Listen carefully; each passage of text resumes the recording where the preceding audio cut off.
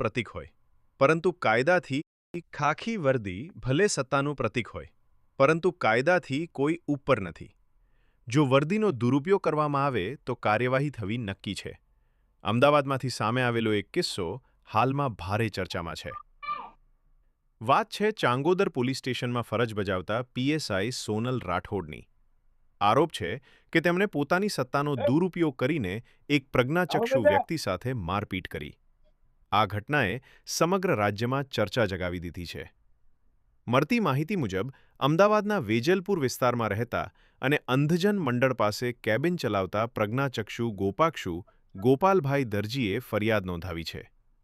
ફરિયાદ અનુસાર તેમની કેબિન પાસે રમતા એક બાળકને તેમણે ઠપકો આપ્યો હતો.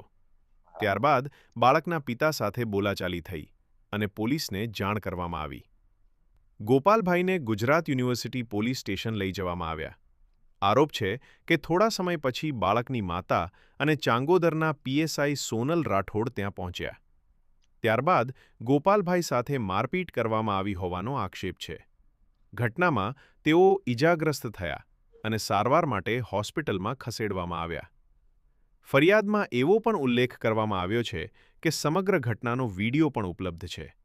ઘટના જાહેર થતાં મામલો ચર્ચાનો વિષય બન્યો. આ દરમિયાન એક અન્ય મહિલાએ પણ સોનલ રાઠોડ સામે અગાઉ મારપીટના આક્ષેપો કર્યા છે. મહિલાનું કહેવું છે કે પોલીસ લોકોની સુરક્ષા માટે હોય છે, પરંતુ જો પોલીસ જ અત્યાચાર કરે તો સામાન્ય નાગરિક ક્યાં જાય? મામલો